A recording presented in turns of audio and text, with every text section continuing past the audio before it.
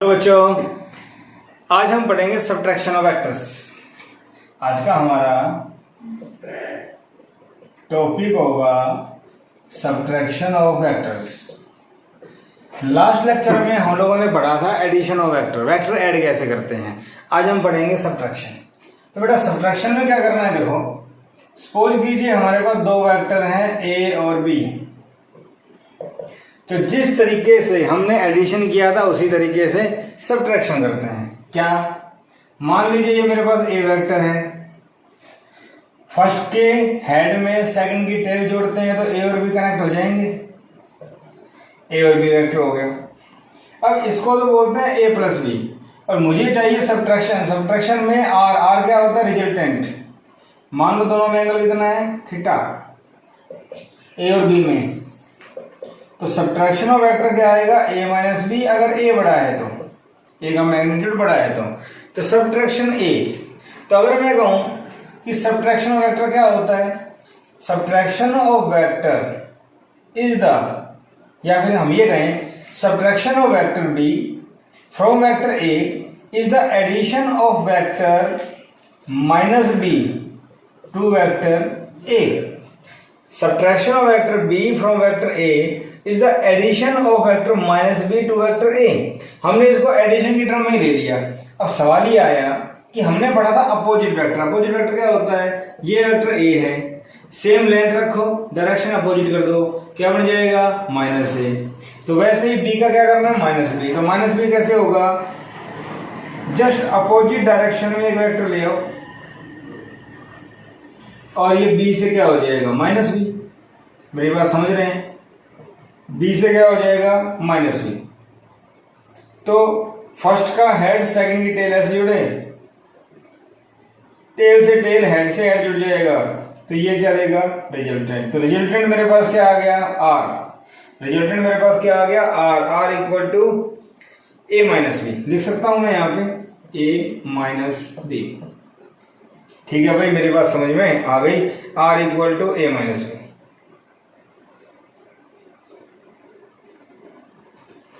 ठीक है। अब क्वेश्चन ये आया कि भाई ए और बी है, रिजल्टेंट यहां पे आया। ये डायग्राम सफिशिएंट है, हम लोग सोल्व कर सकते हैं इसको। थोड़ा और अच्छे से एक्सप्लेन करना चाहें तो हमें पता है एक वेक्टर को स्पेस में कहीं भी मूव कर सकते हैं। ये ए वेक्टर आ गया। एक्चुअली मैं एंगल्स की टर्म में शो करना चाहता हूं। तो ए और बी में कितना एंगल, थीटा। तो बेटा ए और माइनस बी, ये बी था तो ये माइनस बी हो गया। तो ए और माइनस बी में कितना एंगल हो गया, 180 माइनस थीटा। हाँ या ना, ए और माइनस बी में कितना एंगल हो गया, 180 माइनस थीटा। अब ये बताओ, पहले ये बन रहा था ट्रायंगल लो, अब ये क्या बन गया, एक ही पॉइंट से दो वेक्टर, और एक ही पॉइंट से अगर दो वेक्टर जाते हैं तो क्या कहलाता है, पैरेललोग्राम लो। तो ये पैरेललोग्राम का ए वेक्टर, ये माइनस बी वेक्टर। रिजल्टेंट अगर निकालेंगे तो डायगोनली आएगा। तो रिजल्टेंट की बात करें तो बेटा ये आएगा, और ये 180 माइनस थीटा को हम दोबारा से बना देते हैं, 180 माइनस थीटा, और ये आ गया रिजल्टेंट। तो पहले ट्रायंगुलर की टर्म में था, अब ये पैरेललोग्राम में आ गया। एंगल साफ साफ दिखाई दे रहे हैं, इसलिए हमने दोबारा से इसको कंस्ट्रक्ट किया, अदरवाइज कोई रिक्वायरमेंट नहीं थी। ये ए तो ये भी ए, ये माइनस बी तो ये भी माइनस बी। ठीक है भाई, बात समझ में आ गई मेरे को। ठीक है, अब आर वेक्टर क्या हो गया ये। अब आर क्या है, रिजल्टेंट। रिजल्टेंट किसका, ए और बी का या माइनस बी का, माइनस बी का। अब हम पैरेललोग्राम का फॉर्मूला यूज करेंगे। सिंस आर के मैग्नीट्यूड का क्या फॉर्मूला है, क्या लिखेंगे इसको, R equal to A plus B, A minus B, subtraction है ना। मॉडुलस क्या होता है, A square plus B square plus 2ab cos theta. ये फॉर्मूला होता है या नहीं होता हमारे पास, और अगर मैं इसको प्लस में रखूं तो यही होता है। इसको यूज करना है। यूज कैसे करें, आर इक्वल टू, हमें चाहिए ए माइनस बी, तो ये क्या बन जाएगा, ये तो हमारे पास था, ये बन जाएगा A square B square 2ab cos 180 minus theta. कैसे, ये वेक्टर ए, ये वेक्टर बी माइनस का, कितना एंगल दोनों में, 180 माइनस थीटा। तो ये आ गया। अब आप सोच रहे हो बी भी तो माइनस का है भाई, बी ले लो। एक्चुअली ये मैग्नीट्यूड है, क्या है ये, मैग्नीट्यूड, और मैग्नीट्यूड में प्लस माइनस नहीं लेते, तो ए भी मैग्नीट्यूड है। आगे जाके पढ़ेंगे डॉट प्रोडक्ट, वहां पे अपना क्लियर हो जाएगा। तो ये सब मैग्नीट्यूड है, एंगल चेंज कर दिया। तो आर क्या हो गया, A square plus B square plus 2ab cos 180 minus theta, ये होता है माइनस कॉस थीटा। क्या होता है बेटा, माइनस कॉस थीटा। तो A square plus B square minus 2ab cos theta. तो सब्ट्रैक्शन ऑफ वेक्टर के लिए फॉर्मूला ये यूज करना है आप लोगों को, A square plus B square minus 2ab cos theta. अच्छा, अगर डायरेक्शन की बात करें तो डायरेक्शन के लिए क्या लेना होता है, टेन बीटा। टेन बीटा कहाँ आएगा, beta, beta is the angle between resultant and first vector, A vector, ये आ गया। तो टेन बीटा क्या होता है, बी साइन थीटा, एंगल तो 180 माइनस थीटा है, A plus B cos 180 minus theta. तो मुझे बताइए बी साइन 180 माइनस थीटा क्या होता है, साइन थीटा, और A plus B cos 180 minus theta होता है माइनस कॉस थीटा। तो A minus B cos theta. तो मेरे पास डायरेक्शन का फॉर्मूला क्या आ गया, B sine theta divide by A minus B cos theta. तो सब्ट्रैक्शन के लिए डायरेक्ट फॉर्मूला याद करेंगे हम लोग, B sine theta divide by A minus B cos theta, और रिजल्टेंट के लिए A square B square minus 2ab cos theta. ठीक है भाई, इतनी बात मुझे समझ में आ गई और मैं इतना कर लूंगा।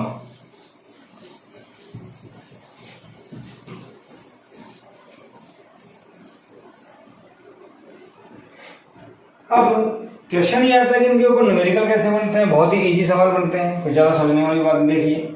जैसे मान लो ये वेक्टर दे दिया आपको b, ये दे दिया a का मैग्नीट्यूड दे दिया आपको 6 यूनिट्स, b का मैग्नीट्यूड दे दिया आपको 4 यूनिट्स, थीटा दे दिया 60 degree, find a minus B.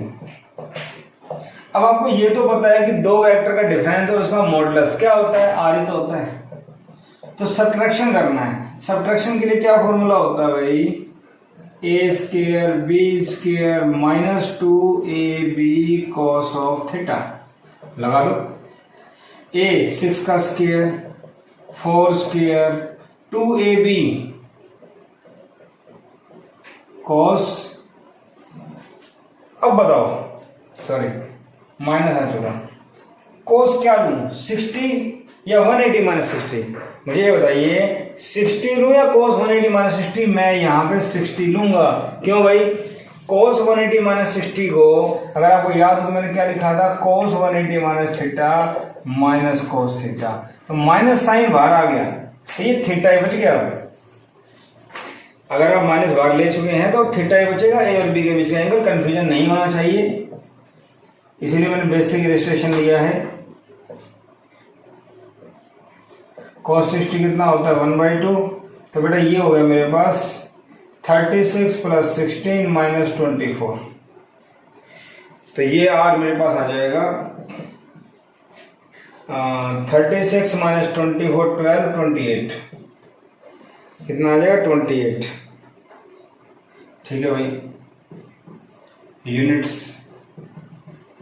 तो इस टाइप से मैं सब्ट्रैक्शन सोल्व कर सकता हूं। और देखिए अगर आपके पास आ जाए कि भाई गिवन है, क्या गिवन है, A vector plus B vector modulus, A vector minus B vector modulus, find theta, theta की वैल्यू बताओ। तो अगर कोई आपसे मुझे थीटा की वैल्यू बताओ तो हम क्या करेंगे, ये क्या होता है, हम दोनों का अगर स्केयर कर दें और यहां से भी स्केयर कर दें तो क्या होगा, कैलकुलेशन आसान हो जाएगी। ये क्या होता है, root, this is root A square plus B square plus 2ab cos theta, this is minus 2ab cos theta. Square करने से रूट हट जाएगा, तो ये बचेगा A square plus B square plus 2ab cos of theta, A square plus B square minus 2ab cos of theta. ये cancel, ये minus की टर्म इधर आ जाएगी, तो 4ab cos of theta. A B zero नहीं हो सकता, 4 नहीं हो सकता, cos थीटा 0, और cos थीटा अगर 0 है तो कौन से एंगल पे होता है, cos 90। थीटा कितना आ गया मेरे पास 90 डिग्री।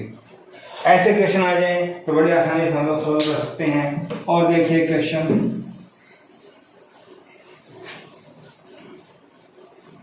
हमने यूनिट वेक्टर पढ़ा था, अगर हम यूनिट वेक्टर की टर्म में लेके चलें, जैसे मान लीजिए ये आ जाए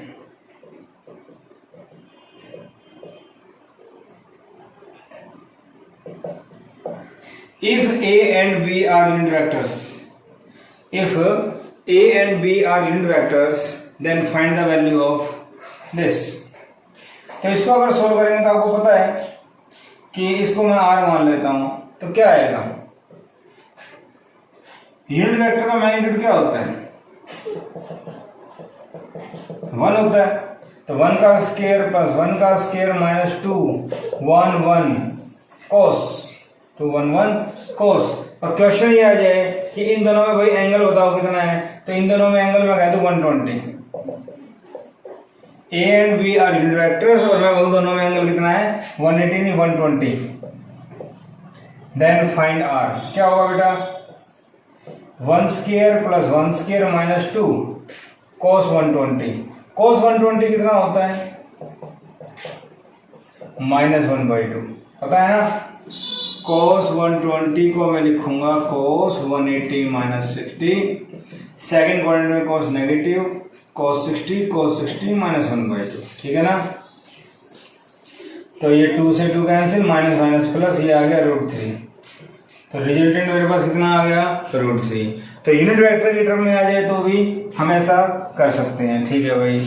और देखो क्वेश्चन, सपोज कीजिए मेरे पास एक वेक्टर ए है, सपोज कीजिए मेरे पास एक वेक्टर है ए और आपसे कोई बोल दे कि this vector is rotated anti clockwise bye angle theta, this vector is rotated bye angle theta in anti clockwise direction, find change in vector. मुझे बताइए ये वेक्टर ए है, इस वेक्टर का मैग्नीट्यूड चेंज होगा जब इसको ऐसे मूव करेंगे तो नहीं, लेकिन डायरेक्शन चेंज हो रही है तो एक नया वेक्टर बन जाएगा बी, लेकिन ए और बी दोनों का मैग्नीट्यूड क्या है सेम। ये बात मुझे समझ में आ गई। और कितने एंगल से रोटेट किया ए से, तो चेंज इन वेक्टर बताइए, तो चेंज इन वेक्टर क्या बनेगा इधर बनेगा ऐसे, तो डेल्टा ए मान लो इसको। और चेंज का मतलब क्या होता है डिफरेंस, ए से बी पे गई ये मान लिया, फिर भी आपको समझ में नहीं आता तो ट्रायंगल लो पढ़ा आप लोगों ने। ट्रायंगल लो क्या कहता है, अगर दो वेक्टर सेम ऑर्डर में और तीसरा अपोजिट है तो जो दोनों सेम ऑर्डर में उन दोनों का सम इसके बराबर होता है। याद आ रहा है ना, R vector equal to A plus B, याद आ रहा है, ए और बी सेम ऑर्डर में और तीसरा अपोजिट। तो वैसे ही यहां क्या हो जाएगा, देखो ए plus delta A same order में और ये अपोजिट बी, तो डेल्टा ए कितना आ गया भाई B minus A, delta A कितना आ गया आपके पास बी माइनस ए, बी में से ए माइनस कर तो डेल्टा ए, तो इसका मतलब मेरे पास क्या आ गया सब्ट्रैक्शन। और सब्ट्रैक्शन की अगर मैं बात करता हूं तो मैं अगर मॉडुलस लेता हूं तो ये क्या हो जाएगा बी माइनस ए का मॉडुलस, सॉल्व कर दो। और a और b का मैग्नीट्यूड a, तो a square plus a square minus 2a cos theta, तो बेटा ये क्या आ गया 2a square minus 2a square cos theta. और इसको मैं सिंप्लीफाई करता हूं तो डेल्टा a क्या आ गया मेरे पास 2a square common 1 minus cos theta पूरे का रूट, तो ये आ गया √2a, 2 का रूट, ए स्क्वायर से root cancel, 1 minus cos theta क्या होता है 2 sine square theta by 2। Math की आइडेंटिटी है आपको आती होगी। 1 माइनस cos थीटा क्या होता है 2 साइन स्क्वायर थीटा बाई 2। तो इसको सिंप्लीफाई करते हैं तो ये मेरे पास आ जाता है √2a, ये फिर से √2 और साइन स्क्वायर से रूट कैंसिल हो जाएगा साइन थीटा बाई 2, तो √2 तो 2a साइन थीटा बाई 2, तो ये मेरे पास चेंज इन वेक्टर आ जाएगा 2a साइन थीटा बाई 2। तो इस तरीके से जस्ट फॉर्मूला यूज आपको करना आना चाहिए। रही बात इसकी ये कैसे आया, ये भी आप देख सकते हैं, आइडेंटिटी है cos 2 थीटा, एक तो होता है 2 cos स्क्वायर थीटा माइनस 1, एक होता है 1 माइनस 2 साइन स्क्वायर थीटा। हमने ये यूज किया। यहां देखो 2 sin स्क्वायर थीटा 1 माइनस ये उधर ले जाओ cos 2 थीटा। ठीक है, मेरी बात समझ रहे हैं? तो 1 माइनस cos 2 थीटा है तो क्या है 2 cos स्क्वायर थीटा बाई 2। अगर ये 1 माइनस cos थीटा है तो यहाँ एंगल जितना है उसका आधा हो रहा है, यहाँ पे हाफ हो रहा है। तो यहाँ पे थीटा है तो क्या हो जाएगा 2 sin स्क्वायर थीटा बाई 2। तो 1 minus cos theta 2 sin square theta by 2, ये आइडेंटिटी है, मैथमेटिक्स में आएगी, याद करनी है आपको। आई थिंक समझ में आ गया होगा। तो इस टाइप से सब्ट्रैक्शन ऑफ वेक्टर आप लोग सोल्व कर सकते हैं, प्रैक्टिस कीजिएगा जितनी हो सके अपनी बुक से। Thank you. आज का हमारा टॉपिक होगा नया polygon law of vector addition.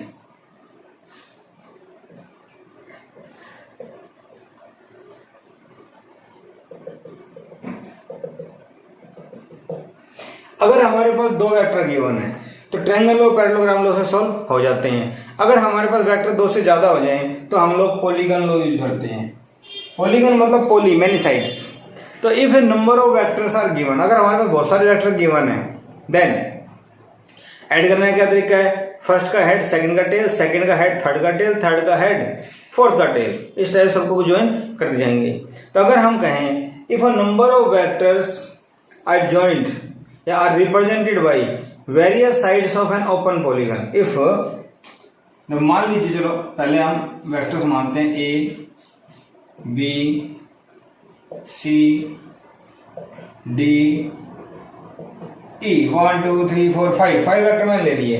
If a number of vectors are represented by various sides of an open polygon, एक पॉलीगन है जो क्लोज नहीं है, ओपन है, और उसकी वेरियस साइड से हमने वेक्टर रिप्रेजेंट कर दिए in same order. If a number of vectors are represented by various sides of an open polygon in same order then the closing side will give the resultant in opposite order. कैसे? मान लो ये first vector है ए, तो first के head से second का tell connect, क्योंकि एक वेक्टर को स्पेस में मूव कर सकते हैं।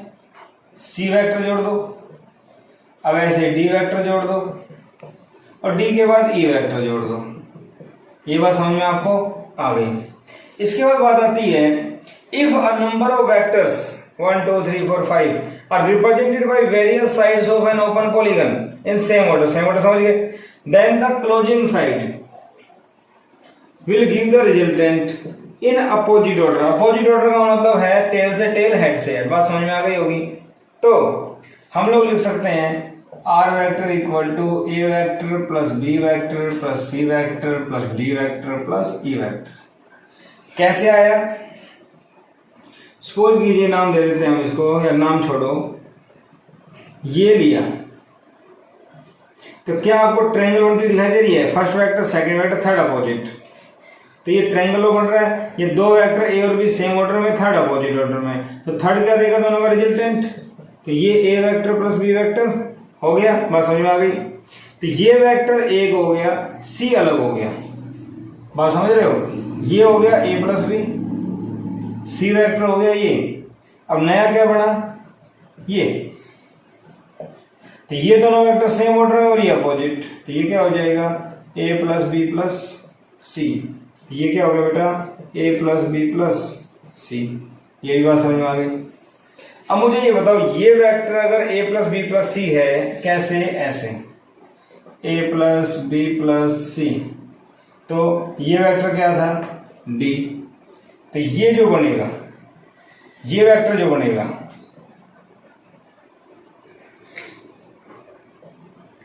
ये क्या बनेगा? A plus B plus C plus D. बनेगा नहीं बनेगा? तो ये जो वेक्टर बना मेरा, ये क्या बना? A plus B plus C plus D. आगे बात समझ में? अब इस वेक्टर के साथ क्या है? ई। ये मान लो ई, और इसको अगर क्लोज करेंगे तो ये क्या बना? इस वाले वेक्टर में ये जोड़ दो, तो रिजल्टेंट आया A plus B plus C plus D. ये तो था ही, ई और ऐड हो जाएगा, क्या हो जाएगा? ई। तो फाइनली मेरा जो रिजल्ट आया वो A plus B plus C plus D plus E. I think समझ में आ गया होगा किस टाइप से हम लोगों ने इसको ऐड किया, स्टेप बाय स्टेप ऐड करते चलो आपका आंसर आ जाता है। तो पहले इन दोनों का रिजल्टेंट यहाँ आ गया, इसका और इसका यहाँ आ गया, इसका और इसका यहाँ आ गया, इसका और इसका यहाँ आ गया, इसको बोलते हैं आर। तो पॉलीगन लॉ में बहुत सारे वेक्टर आ जाएंगे तो हम इसको इस तरीके से सॉल्व कर सकते हैं। मेरे इस टाइप से किसी टाइप की कोई परेशानी नहीं है। तो polygon law of vector addition इस टाइप से होगा।